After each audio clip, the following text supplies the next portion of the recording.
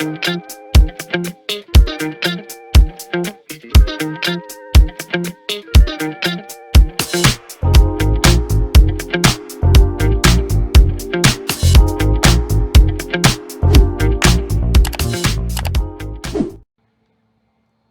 the Lord, saints, and welcome back to FFT, Food for Thought Ministries, where we move with purpose in our walk with Christ over here. My name is RoceeshaMuhammad, and welcome to my channel. If you're new here, welcome, welcome, welcome. If you've been with me since day one, welcome back, family.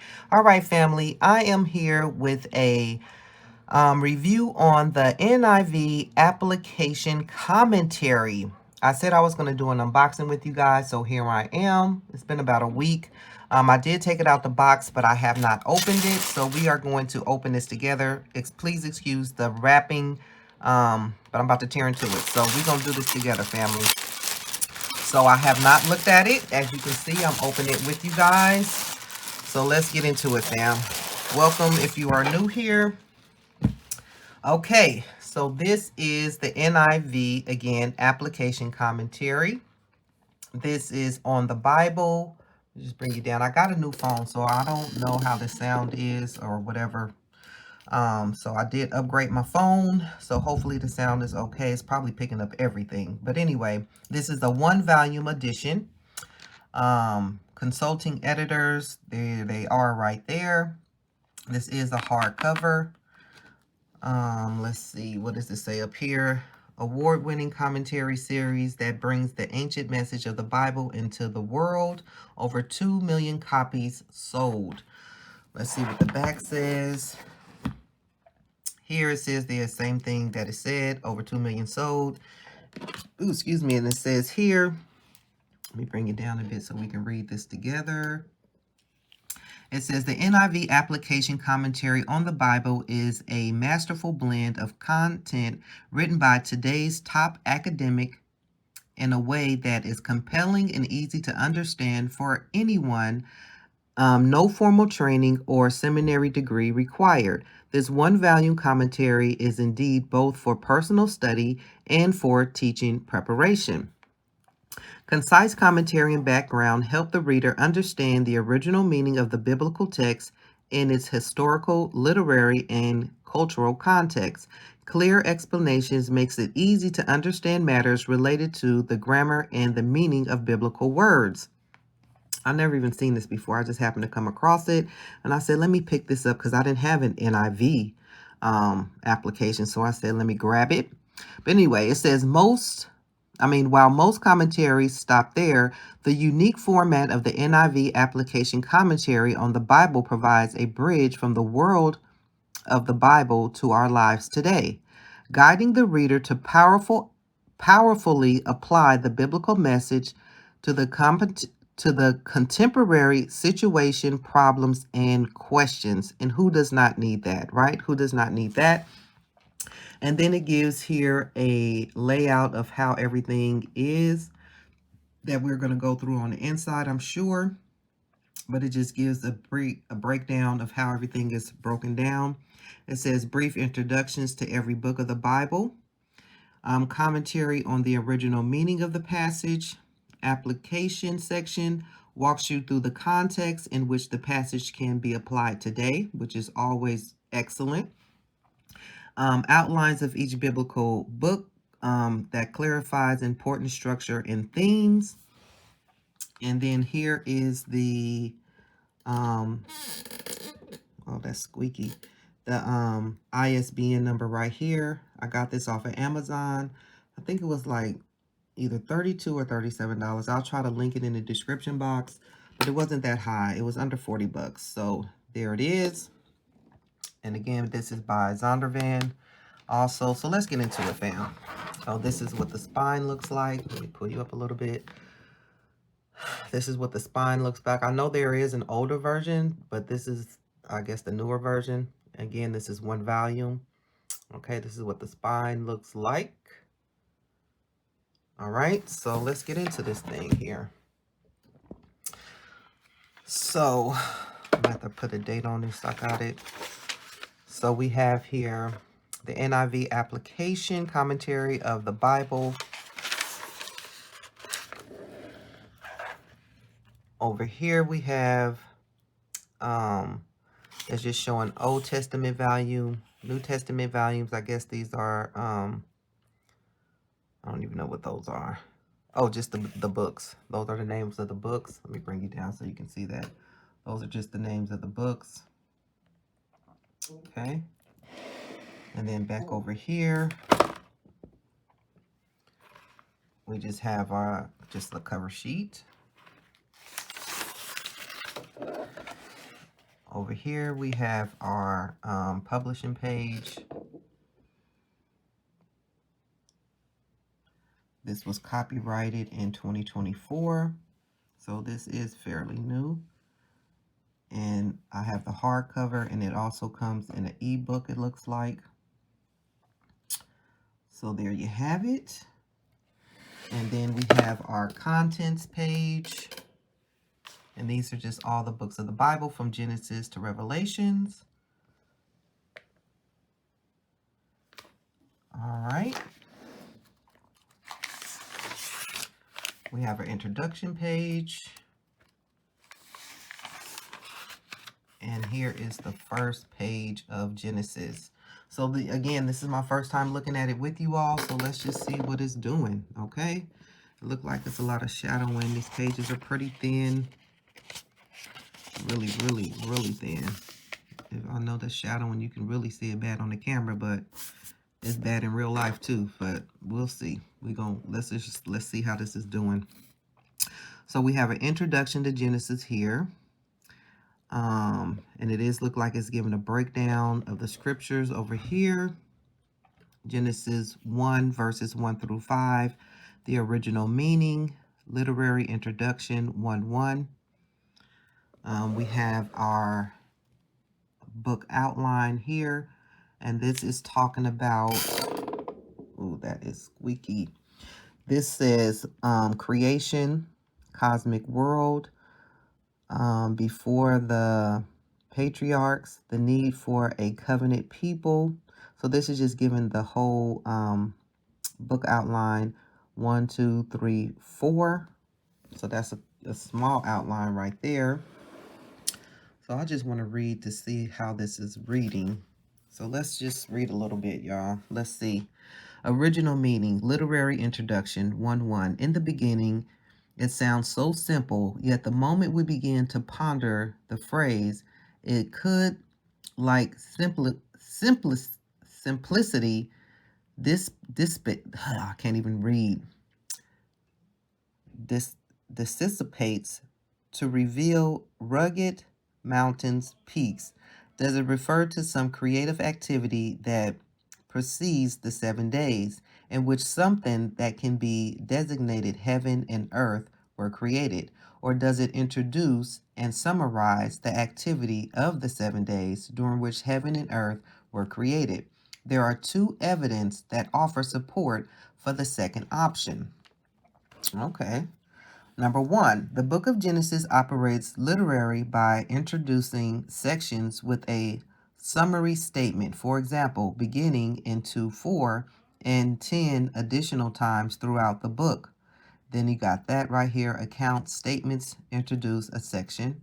Then you got number 2, even more persuasive is that the account of the 6 days, close with the comment that the heaven and the earth were completed in 2:1. And then we got here, God created. The author's concerns were much like others in the ancient Near East, where the greatest exercise of the power of the gods were demonstrated in the fixings of destinies each year at Babylonians' New Year enthronement festivals.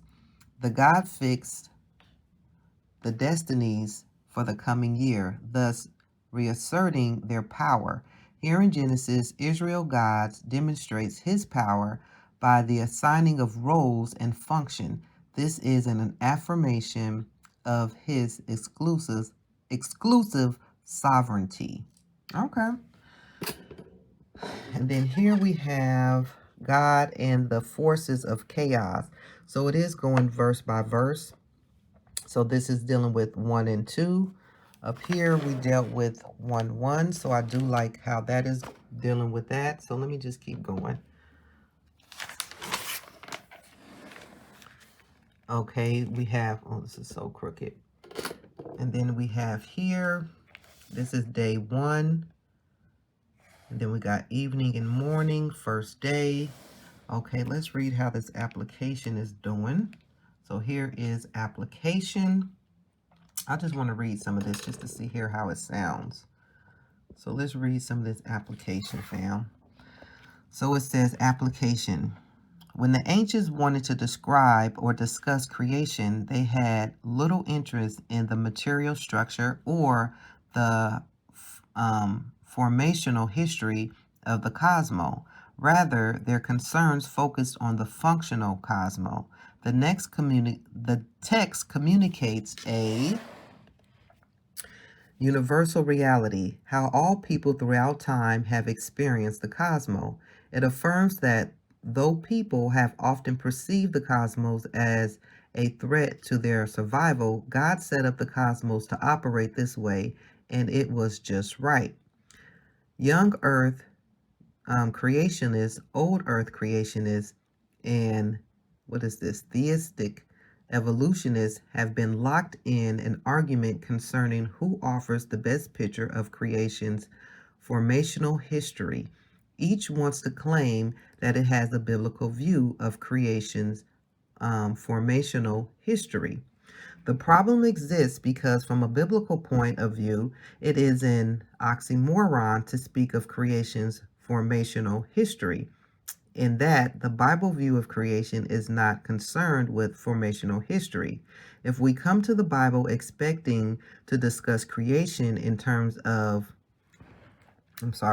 material structure, we will be sadly disappointed.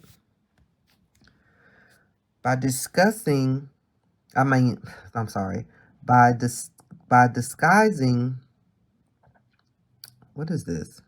by distinguishing, the text from science in this way, I am not endorsing the argument that science and religion have nothing to do with one another. It is not science that is the enemy. It is naturalism. The scientific endeavor, by its very nature, operates by means of what I would call an atheistic premise. That is, it tries to figure out the natural world without resorting to supernatural explanations. If we were to assume that something happened without God's intervention, how would it have happened? All right. We need to defend the teaching of the text, not a scientific reconstruction of the text or statements that are read between the lines of the text. Our best theological, hermeneutical, and scientific minds need to work to forge a new census for the relationship between science and scripture, as was done in the wake of the, Copernican revolution, rather than sacrificing more Galileo-type martyrs on the altar.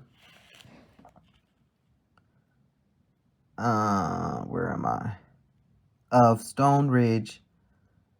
I don't even know how to say this. I don't even know whatever that word is. I don't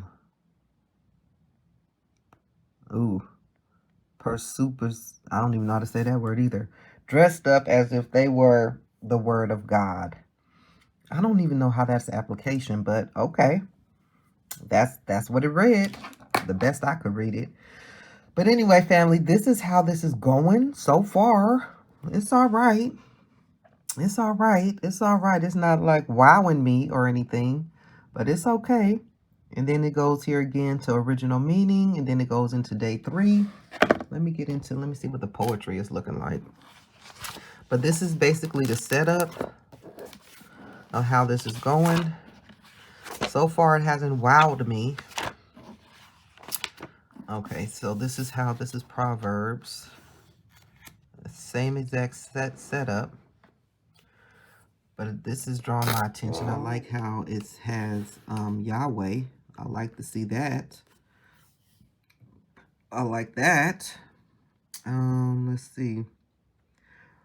Let me go to Proverbs 91. Let me see if that's how it's breaking that down. Let me just go there really quickly. This video not gonna be too long.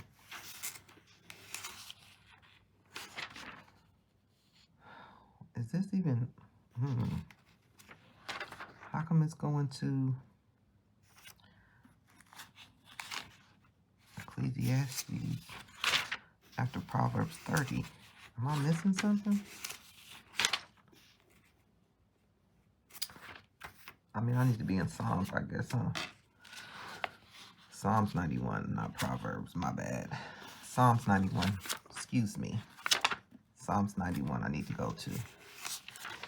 Not Proverbs. Okay. Okay, here we are. Okay, here goes Psalms 91, fam. Oh my goodness, this is so squeaky. I'm gonna have to get that together. I don't know what that is about, but we gotta get that together. Like, quickly.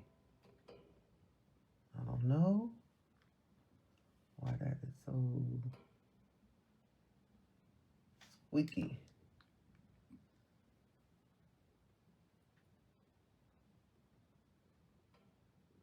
Yeah, I don't know. But we're gonna see. Okay, give me a second.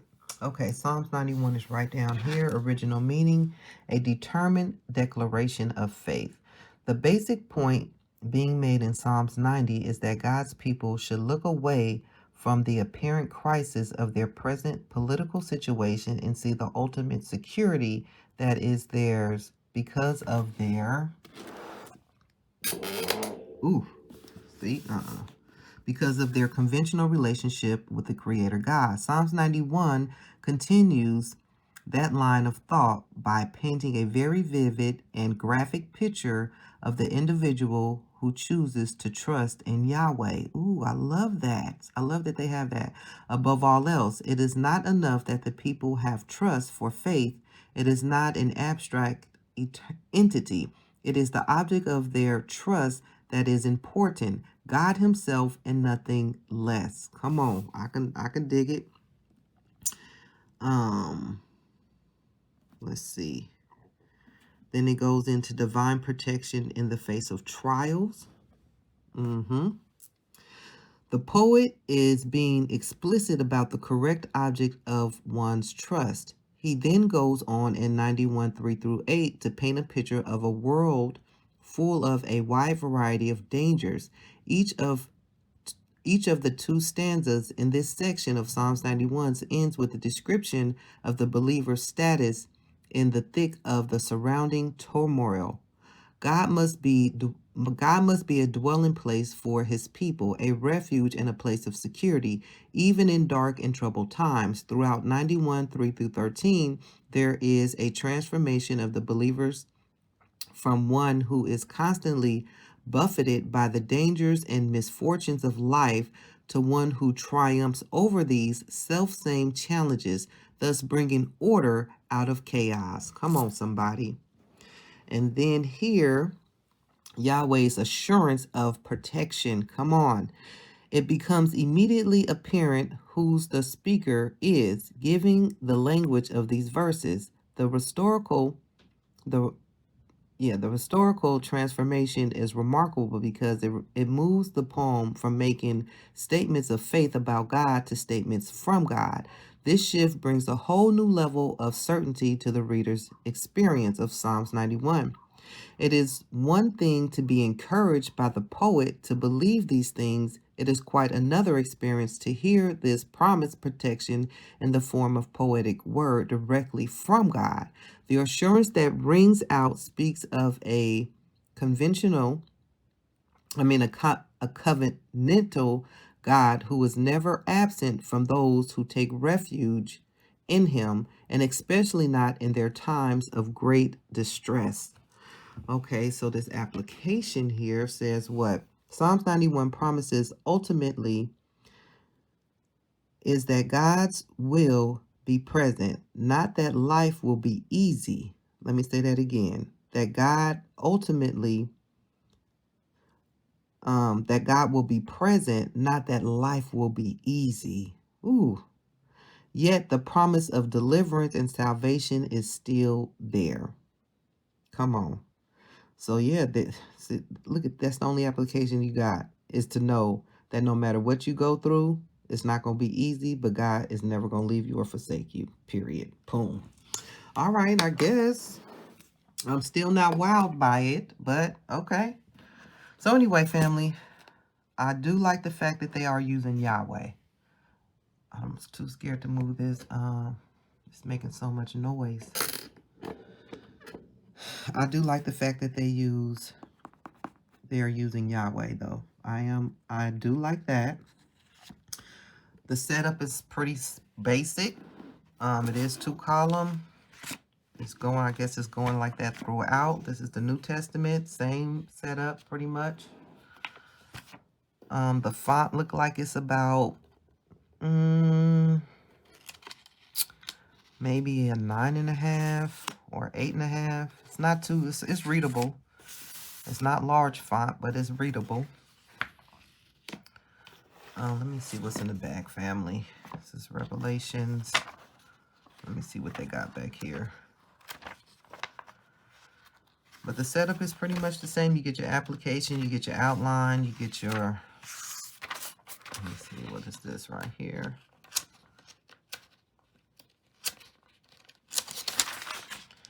You got your scriptural index. This is Old Testament scriptural index. Okay, so that's what this is. So if you're looking for scriptures, this is what this is. Okay, scriptural index still. This is all scriptural index.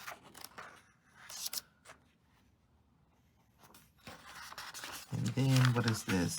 And then you got your subject index. So if you're looking for a specific subject, you'll come here and then it'll give you the page number. Let me bring you down so you can see. Okay. All these different subjects. Find a subject. It's in alphabetical order. And then it gives you the page numbers. Okay, so that's not bad. I would probably go by subject over the scriptures. So you got that going on back here. So that's all this back here. Let's see what else you got. Okay, then you got a few maps.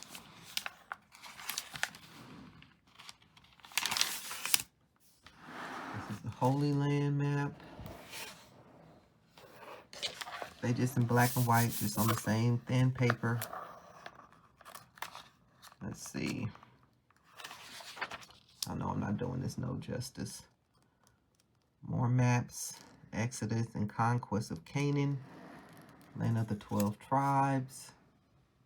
Here's this map. Maybe if I pull you up, it's probably better. Like that. Quite a few maps though. They just in black and white or gray. More maps. If you're a map person, you might enjoy this. I'm not really into maps yet. Haven't really got into it. It's not my thing. At least not yet. It's not my thing. I know they can be helpful during study, but again, not my thing. More maps. Let's keep going. If I can turn the page. And then that's it. You just got some blank pages back here. And then a card stock. And then that's the end. All right, family. So, yeah. I'm not really wowed by this commentary. But it seems all right. I guess I'll keep it. I guess it can be useful just because it's the NIV. But that's just my own true opinion. So yeah, I just wanted to come on here and share this with you all. If you guys have this commentary, let me know what you think about it. If you have the older version or the newer version, let me know what you think about this commentary. If you use it a lot, has it been helpful? I'll dig in a little deeper with these applications to see if it's useful or not. Or if I'll just stick with the life application commentary that I have. I thought this would be kind of like that, but I think my life application commentary is way better. And the one I'm talking about is this one right here. The life application commentary. This is just in the New Testament. But I like this one way more than I like this one. I'm just saying. This one gets a 2 thumbs up. This one is about a 1 thumb. Okay? But anyway, that's just my opinion. My opinion just off first glance. I haven't been able to dig in. This is at first glance, but it's not wowing me. With that being said, I'm gonna end this video. Let me know in the comments what you think. If you have this, let me know. Let me know. Let me know. All right, family. I'll talk to you soon. Thank you for watching. Bye bye. Shalom.